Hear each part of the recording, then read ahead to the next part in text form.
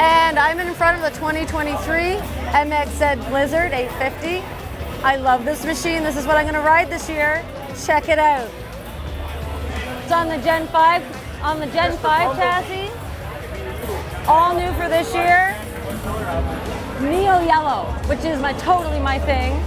We got QA3 KYB shocks all around. We step up here. We've got new plastics. We have LED headlights. And the best part, rack steering. The 2023 Blizzard 850, this thing's my sled. It's what I put on order. It's a 129-inch snowmobile, light, nimble, awesome for trail riding conditions.